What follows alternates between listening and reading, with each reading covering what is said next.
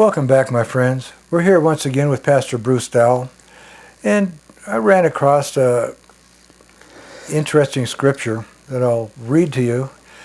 It's out of Luke chapter 16, verses 1 to 13.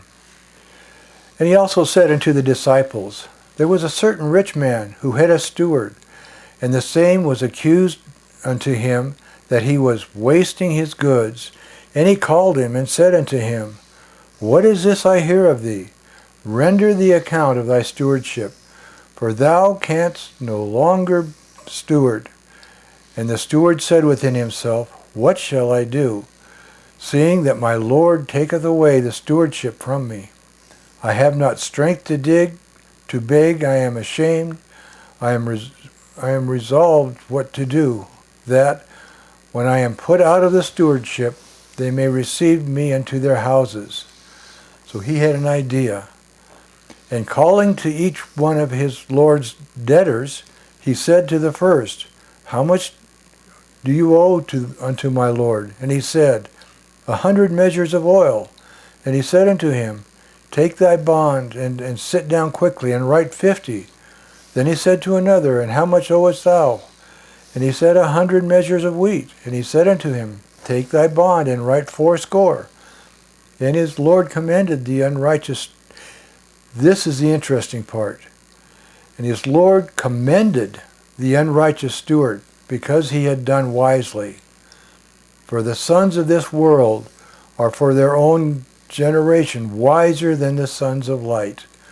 And I say unto you, make yourselves friends by means of the mammon of the unrighteous, that when it shall fail, they may receive you into the eternal tabernacles. He that is faithful in very little is faithful also in much, and he that is unrighteous in very little is unrighteous also in much. If therefore ye have not been faithful in the unrighteous mammon, who will commit to your trust the true riches? And if ye have not been faithful in that which is another's, who will give you that which is your own? No servant can serve two masters, for either he will hate one and love the other, or else he will hold to one and despise the other. You cannot serve God and mammon. Now this can be very confusing when you look at it in the surface. But one interpretation I got from it, and I thought this was very good, it says that we are all here and we are servants of the Father. We are here to manage all the resources that He has given us, whether that's time, whether that's our money, whether that's our love, whether that's whatever we have. Are we using that wisely? Are we holding on to it like it's ours and we've got to hang on to it? Or are we distributing it? Are we showing those others who are in debt to Him that we will reduce their debts by showing Him God's love? We will reduce their debt by showing them how to give. It's up to us to manage God's resources well. He has given us charge over His resources. They're not ours. They're His resources, but He's given us charge over them. But what are we doing with them? And how are we showing others the love of God? You know, what this implies is that the believer invests good deeds of charity and tzedakah, and the they refers to the heavenly friends with whom he has ingratiated with. In other words, those are the people you will run into when you get to heaven. So what are we doing? Are we being faithful with the little? You know, we look at everything as ours. We don't look at it as what God has given us to manage. But God has given us everything. So what are we doing to manage it? Pastor, I know that's a big part of the church is managing the tzedakah. And I think that's done wisely, because I know that Pastor Kathleen does that with a lot of prayer and a lot of soul searching. Right. But that's great for the church. But how do we teach the people that the same thing should apply to us? How do we show the people that we too are stewards? We have been given a life. We have been given resources. Yeah. We have been given talents. We've been given more than just money. We've been given so much, and yet we keep them to ourselves.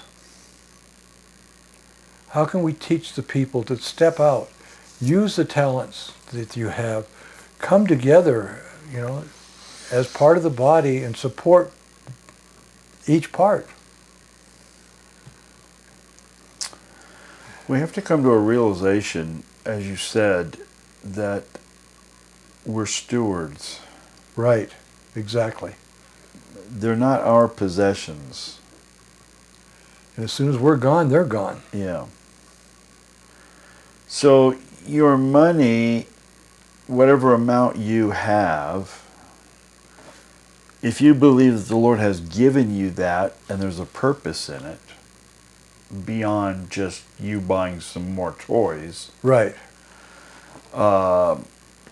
If you believe that He's given you the money, there's a purpose in it, and you begin to seek His face as to what He wants you to do with it,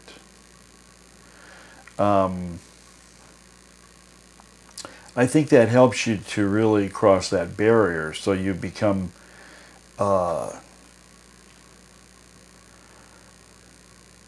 Rockefeller once said, he said, I don't want to own anything, I want to control everything. Right, right. And there's a lot of wisdom in that. Yes. So he wants to be the steward. Yeah. When I was in business and I was making pretty good money, it wasn't so much the money. The good money was just greasing my palm. Right. And I would just take whatever amount I wanted. But the rest was going right through. Right. And if we kind of have that attitude with our possessions, that, I can use anything that comes through. It's mine to use. Right, exactly.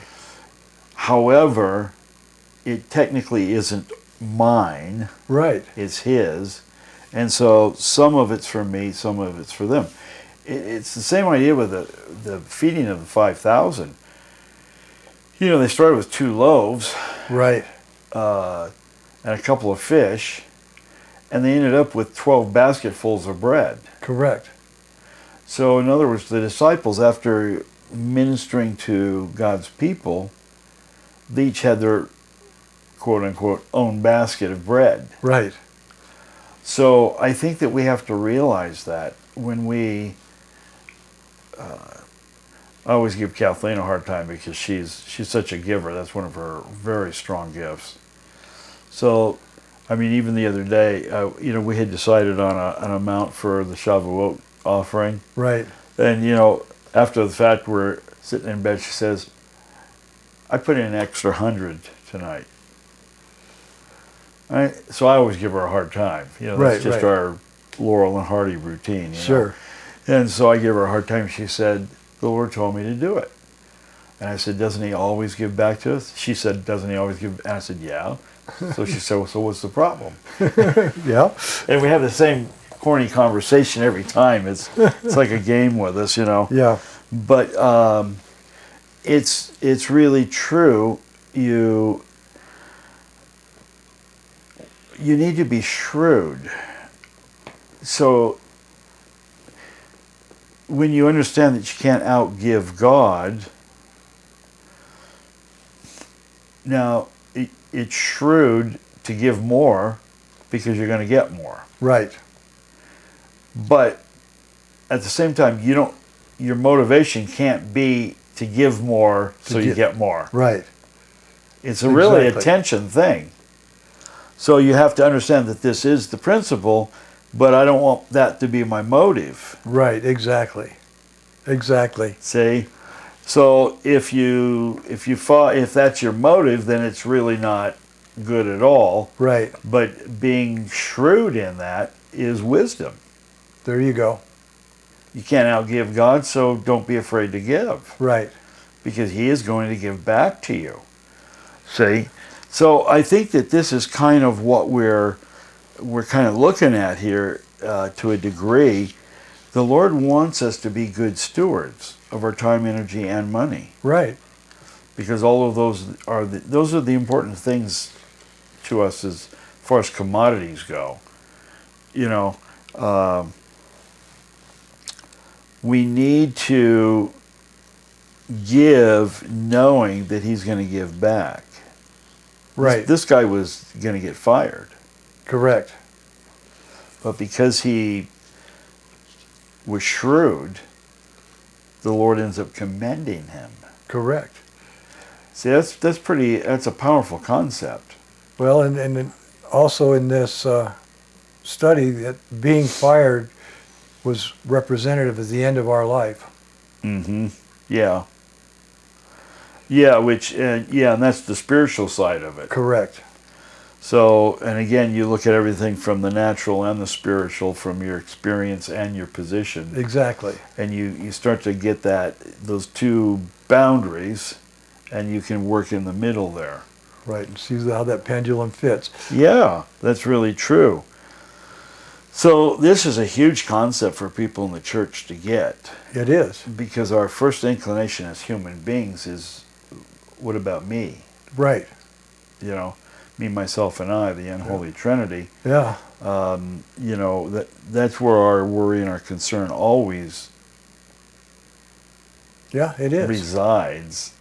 You have to force it out of there, basically, into a different mode. Otherwise, that human beings are selfish by human nature. Right. Very true. We think about ourselves. You know, I mean, there's not a person on planet Earth, if you cut a piece of pie in half and then one's bigger and the other one's smaller, the inclination is to take the big one. True. I mean, without even thinking. That's the inclination. So you have to combat that. Yep, exactly. And here you've got to learn these lessons in being the faithful and the good steward. You know, time's another big one. Time is a big one. We're all wrestling for time with our family, with our kids, our grandkids, with work, with ministry, with the Lord, with our own personal time. Yep. And there's only 24 hours in the day. It's the same for everybody. Yep. And so what do you do with that? And you want to be stingy with your time. That's the tendency. So you have to give that up, realizing the Lord's going to give you more down the road. But again, that can't be your motivation. That's a hard balance. That's very true. It's a very difficult balance. You know, that'll keep you on your toes or your knees, whichever way you want to approach it, you know. Absolutely. So you got to realize that He's in control, though. If you really can give your heart over to Him and start letting the Ruach have His way within you, then a lot of this will become easier. Absolutely, and it pays great dividends. I mean, it's quite an investment, actually. Yeah, it is. If you want to approach it from that perspective, which I try to do a lot of times. He says here in verse 10, he says, the one who's faithful in the little things will also be faithful in much. Correct. So if you're not faithful in the little things, you're not going to get more. Right. That's true. He's going to give you a little bit and then watch and see what you do with it. Right. So you want to be wise with it. You want to go to Him and say, well, Lord, what do you want me to do with this? Right. You know, as you know, I've been praying for $2 million of sorrow-free money for a few years now. Right. And people always say to me, what are you going to do with it? I go, I don't know. Yeah. He hasn't shown me that. He just said pray. Yeah. So I'm praying. What are you going to do with it? I don't know. Yeah. Until he I'm sure he's going to tell me. until he tells you though. And I know how the Lord works. I'll keep some of it for myself, Sure. and we'll give some of it away. Right. And what are the percentages? I don't know. Yeah. I'm not even worried about it. Right. I come out ahead either way. Correct. See, so you have to realize that. And then he goes on and he says, if you can't be faithful in unrighteous wealth, then who's going to entrust you with true riches?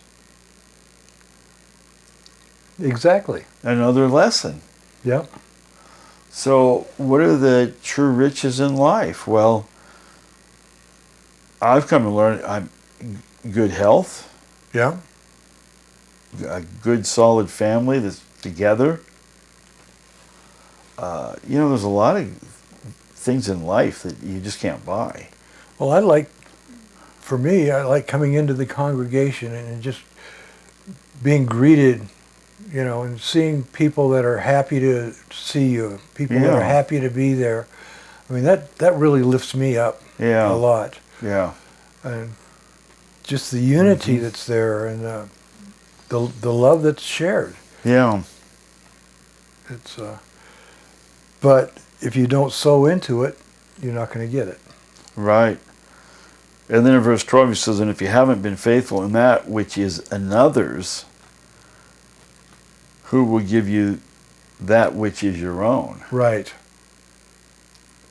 So you have to learn to be faithful with other people's stuff. Oh, yeah. And so, for instance, you have an appointment with somebody. Yeah. If you show up late consistently, you're squandering their time. Correct. So if you need more time, you have to have a regard for other people's time. Right. See what I'm saying? Yeah. So, the Lord, He wants us to be concerned about other people. Yes, he does. And you obviously can't meet every need in any arena. No, one person can't. You do the best you can do. But that's why you're a body. That's why you're a body. You can meet one need or a couple needs over here, and somebody else will step in. Yeah, exactly. So I think this is a huge lesson for us, particularly in these times, that we're entering into, where things are getting harder. Yes, exactly. You're gonna be relying more and more on the Lord. Absolutely. So we need to know how to handle the things that He gives us. Correct. And you can be wise with it. You can be shrewd with it.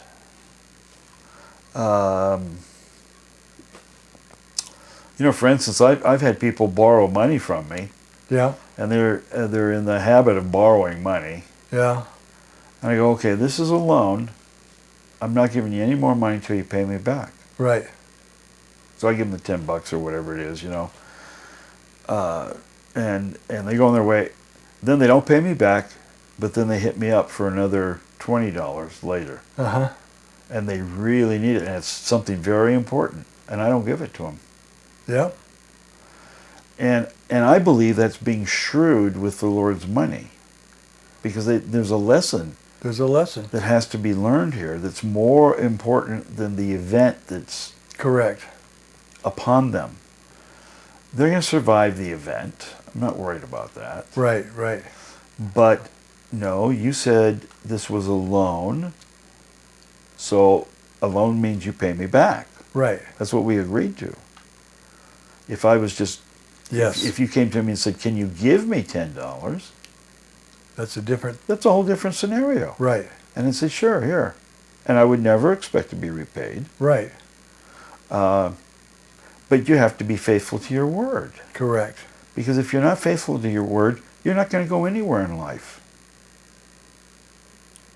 That's very true. And you keep borrowing $10 from everybody and never paying them back. It doesn't take long before you're out of people to borrow from, That's very true. because people, they want to help. But the $10 is not what's going to make the difference. Learning to be good for your word is going to make the difference in your life. Yeah, it's the integrity within the person. It's the integrity. So to me, that's being shrewd. Exactly. It's not being hard-nosed, and it's certainly not a financial issue. Right. I mean, you're not talking about enough to make any difference either direction. Correct. Really. So what is it? Well, you're using the Lord's resource as object lessons. And of course he does that. Yep. So if he does it, does he not expect us to do the same? Right. See? That's kind of how I approach it. Yes. It seems to work okay. Well, yeah, but that's the way you've got to approach it, because for one thing, especially with you, you're responsible Yeah. for that person, at least to some degree. And the other thing is, if you don't do that, you're enabling. And God does not really want enablers. No, he doesn't. He wants you to be able to go to him. Correct. Because obviously, initially, borrowing $10 from somebody should be just an emergency type event. Right. Really. Sure. So you have to learn how to go, okay, Lord, I need $10. I need it quick. You need to go to him in prayer. There you go. And then let him supply it. Now you've really moved into a new level of faith. Correct. A new level of spiritual maturity. Right. You are, and he may use the person you were going to ask. Right. But that's on him. Correct. See what I'm saying? Absolutely. And now you've learned a very valuable lesson. You've learned, oh, okay, I need to go to my Father, not to other people. But that's what we need to learn in so many arenas. You know, even if you're using your talent, if it's not money, if you're not using your talent to help others, can you expect others to come and help you when you need it? Not with any certainty. Yeah. You know. So it's growing, and again, it's investing wisely. Well, we're the Lord's body, so we're the Lord's hands. So most of what God gives you is going to come through another person. Correct. Absolutely. In every arena. In every arena. And that even starts with your paycheck. You have to remember that your paycheck, it's not your boss that's taking care of you financially. It's not your job. Right. It's the Lord. Yep. And you have to remember that. And the default, obviously, is, well, I go to work every day and I earn this money and it's mine. But it's not your paycheck. That just happens to be the vehicle God's using for Correct. the moment. Yes. He's the provider. He's a provider. And along with that, I like your example of the 2 jobs you were offered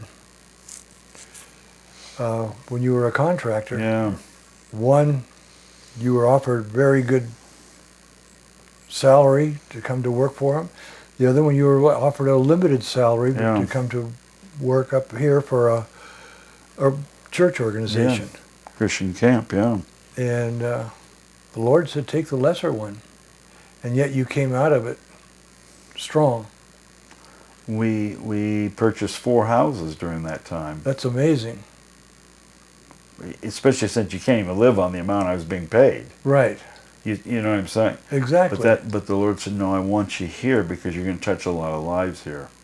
And that's what we need to do. Is we need to pay attention to what he's telling us. You have to do that, and then you trust God. And it's not just other people are learning lessons. You're learning lessons. Correct. But I like what you said, is because you did that, you touched a lot of lives there.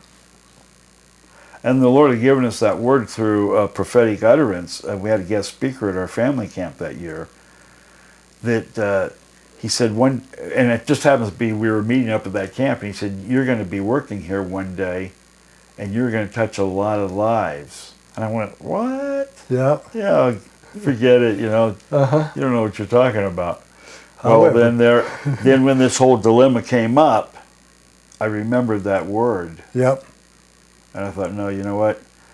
Obviously, in the natural, this one is the one to take. Right. But in the spirit, this is the one. Yeah. And so we chose the one that leaned into the spiritual thing. And I don't regret it. Yep. And that's what we all need to learn from this, is you follow what the Lord gives you, and you use what he has to help others. And I was there 8 years and still didn't attain to the amount of money that I was going to start at the other one. Amazing. See what I'm saying? And that's all the time we have for today, my friends.